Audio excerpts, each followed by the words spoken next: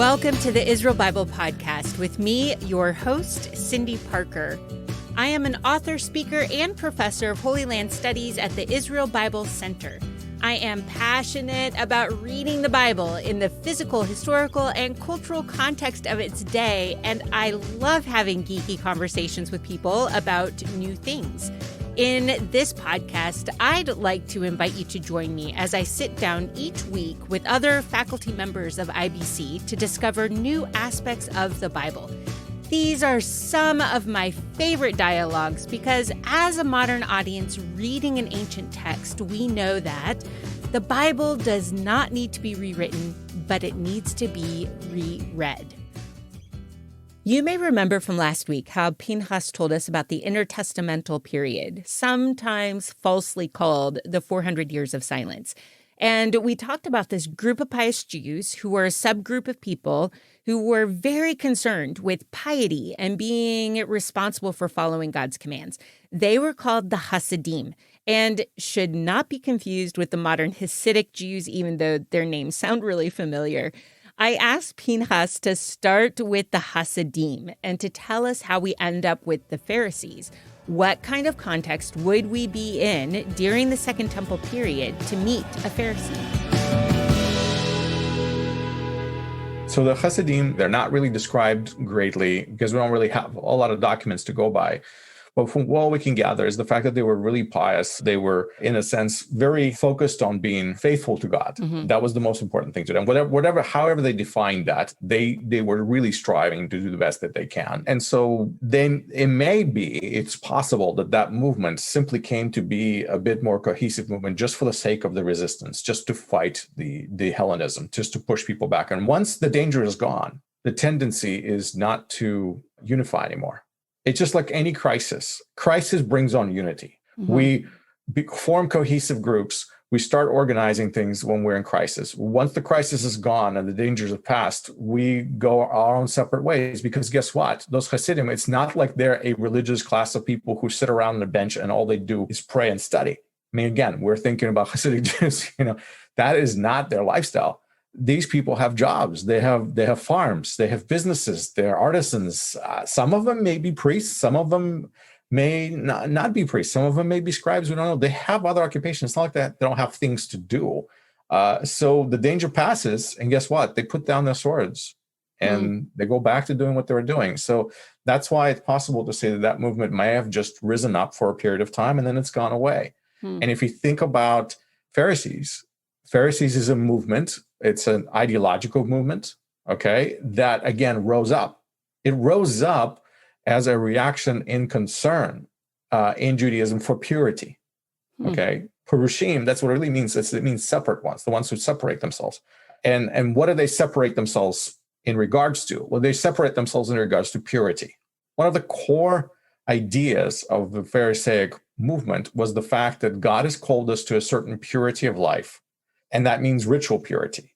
And that means washing of hands and of cups and all these things that you read about in the gospel. And that is, again, something that they rotate around. So if the Sadducees are rotating around the idea of temple worship, then Pharisees rotate around the idea that purity in daily life, even outside the temple, at my dinner table. And that's why they're very selective on whom they're going to have over for dinner, who they're going to eat with, and how they're going to go through the ritual of washing their hands and what procedure they're going to follow in order to make this dining experience really a holy moment with God, and that separates them, and that's sort of, again, think of it as an emerging movement that comes out of a spiritual need that they see, and people band together around that idea, and out of that comes this whole ideological movement of people band around the thoughts of purity and how they should be practiced in everyday life.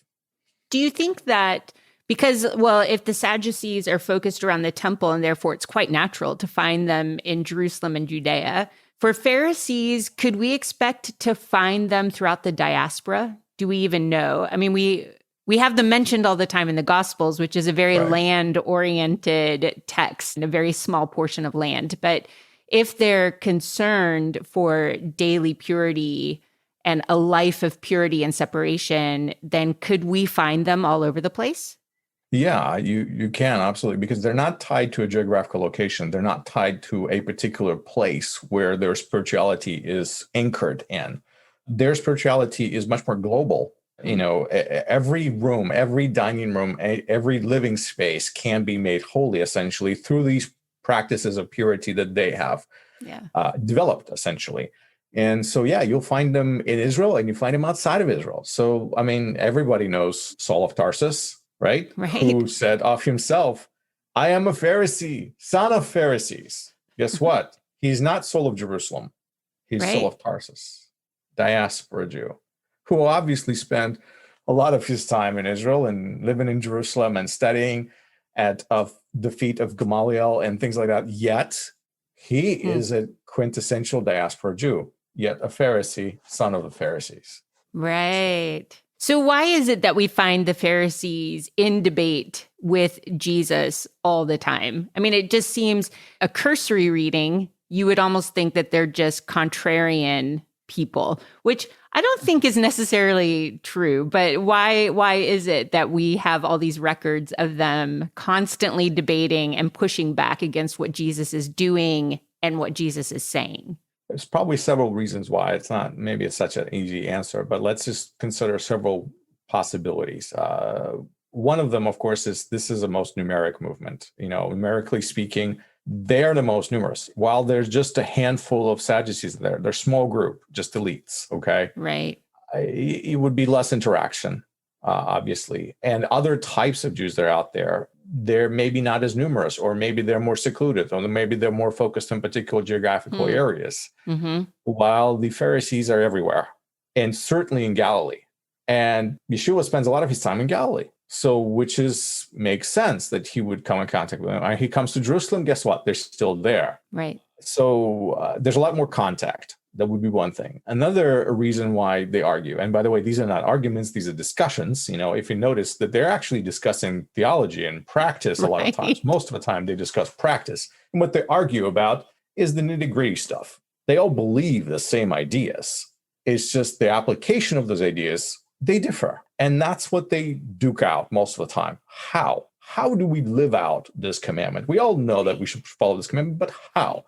And that's what they argue about. And they ask questions and answer them in a kind of way of sticking it to each other of, no, this is how I say. Don't you want to believe the way I believe because this makes sense? And then there'll be some kind of, nice little quip and nice little compact answer that just sounds so true and profound that you simply have to accept. And so there's these wisdom jousting that happens back and forth. And these are not arguments like you're wrong and I'm right. These are arguments as my way is better than your way. We both agree that we're moving in the right direction, but I think what I have to offer is a better way. And the reason why these arguments are so passionate, sort of say, so colorful, is because they're arguing about something that really matters to them, something they truly care about. Right. So I have this crazy theory that Jesus's version of Judaism happens to be not that far off from the Pharisaic ideas. Yeah. And that's why he argues with them the most. Why? Because he has the most shared ground with them. Like, of course, he shares ground with Sadducees. As I said, he affirms the temple. He worships at the temple. He participates in the whole temple system. Right. He clearly does not think that it's all terrible and wrong and ruined, not like the Qumranites, for example, who just kind of said, forget it, we're leaving. This is corrupted beyond the point of recognition. We can't stand it. So he doesn't have a problem with that. He participates in the temple worship. So he does share some ground with them, but there's some ground he doesn't share. While with Pharisees, he shares this ground that, sacrifices are important, but there's even more important things in life. And that would be the moment when he would say those words and the Pharisees would go, yeah. Why? Because they are 100% in unity on that particular issue at that moment. While he finds something else basically to argue with them about that they're not in unity on, like the notions of purity that they have developed to such a degree where he would say, you know what, you guys have gone too far. That is not what the Torah says. And now he's taken the Sadduceic perspective of, well, all right, let's stick to the Torah. What does the Torah actually say? So you'll see this back and forth in these arguments where obviously Jesus has his own understanding, his own priorities, And sometimes their priorities simply do not align. And so he argues with different groups about different things and in different ways. But that argument does not mean disharmony in a way that they don't agree on things. It's just how they find that their faith should express, how they should express themselves before God is what they're really trying to work it out. I'd like to issue you a challenge. If you're up for it, go read one of the Gospels and keep track of where Jesus is when he interacts with the Pharisees versus where he is when he interacts with the Sadducees. You can also note which topics they end up debating. And I would be so curious if you see the same correlation of details that Pinchas talks about here. And in a sense, those arguments, I think, end up helping both of them to find a better way. Because a lot of times the truth comes out in the midst of us discussing it. And so we need that. And if people didn't care about the truth, they wouldn't have these discussions at all. They would say, forget you, go away. I don't want to hear what you have to say. No, they listen to each other and they argue. Why? Because actually all of them want to find the truth. They want the best. They don't want second best, third best. They want the best, the proper way, the most effective way to serve God. And this type of diversity and arguing and discussing within even the Pharisaic movement is not unique to Jesus. Like I kind of go back to, again, we can't make the Pharisees monolithic and and say that they all agree, because even prior to Jesus, I mean, we have two very famous Pharisaic teachers, so Hillel and Shammai. Maybe could you go into this in much greater depth in your course, but maybe just for the sake of this conversation, can you tell us who they are and how that sets the stage for later discussions that we see in the Gospels? That's a really good point, Cindy. I mean, that even within a movement such as Pharisees, which is not even such a huge amount of people, even there is a diversity within that group. And this is an ideological diversity, an interpretive diversity. Basically, we're talking about an approach to scriptures. How do you interpret it? There's a very strict, rigorous, more literalistic way of interpreting the scripture, and there's more relaxed way of interpreting the scriptures. And that's really what we're talking about. The Hillel and Shammai, the two great elders that basically encompass those schools of interpretation. That's what they are. They're schools of interpretation, essentially. Just like you would have in any movements, you would have people, as long as you have the source document, as long as you have the Torah, as long as you have the text, the Tanakh, whatever, you have that base religious text. Everybody knows that you can read that text and you could see different things in it, depending on the method you use to extract what it is that you want to read from it. And so different people use different methods. And that's essentially what we had within the Pharisaic movement. Two different methods of approaching the scriptures. And those two different approaches obviously produce different results. And again, guess what? They argued over those results. And they had some pretty bad disagreements. Actually, if you're going to read some of their own discussions, they get pretty nasty with each other. Again, we don't have a lot of ancient writings that go back to the days of Hillel and Shammai preserved. What we have is conversations that were passed down for a couple of hundred years and then later recorded. And they say, I was told by my teacher that this is what happened. And I heard this story. And then they share these anecdotal type stories. And then you sit there and you wonder, is that really true? Is that really how it happened? But in some ways, I think those stories have a grain of truth with them, because there was a contention. There was this rivalry. There was this idea of I'm right. No, he's right. And so there's that exists even within the movement that actually have a common ground base that they all agree on. Yet there's some interpretations they disagree on, and there would be arguments that rising up in that. And that in itself, again, shows to us that arguing within the Jewish milieu is not necessarily disagreement. Right. It's just wanting to find the truth. That is how we get there, by working it through, arguing it out, thinking it out loud, and letting it sort of settle somewhere. Is it possible, if we read between the lines, if we kind of squint, could we look at conversations Jesus is having with different Pharisees and go, oh, maybe that Pharisee comes from the Hillel school, or maybe that Pharisee, just based on what they're asking and how they're asking, maybe came from the Shammai school? Do you think that's possible, or is that taking way too many liberties with the text. I like it how you say if we squint. I think you're I think you're onto something. I actually do some of that in the course where I do highlight some passages and I say, okay, look, knowing what we know about this school and knowing what we know about that school, what do you think he's talking about? Or who is he talking with? Why are they discussing this issue in that way? And a lot of times it's the keywords and the phrases and the focus that they have. And if you know those arguments, if you know the religious lingo of that day, okay, if you know the buzzwords that they're using, all of a sudden you associate those buzzwords with particular camps. Nice. It's just like in politics today. I can start throwing out buzzwords from American political world to you, and you'll know exactly who I'm talking about because we use these buzzwords in a very sort of say group affiliated way. And so the same thing happened in religious circles in ancient Judea in first century. So in that sense, life is no different, but it's knowing that it's what allows us to see deeper and see between the lines is the ability of having studied through these things and having been able to look at it carefully and analyze it. And now we could see more. So in that sense, knowledge opens a deeper understanding, a greater perception, a depth of ability to see something that maybe somebody who hasn't studied it can't.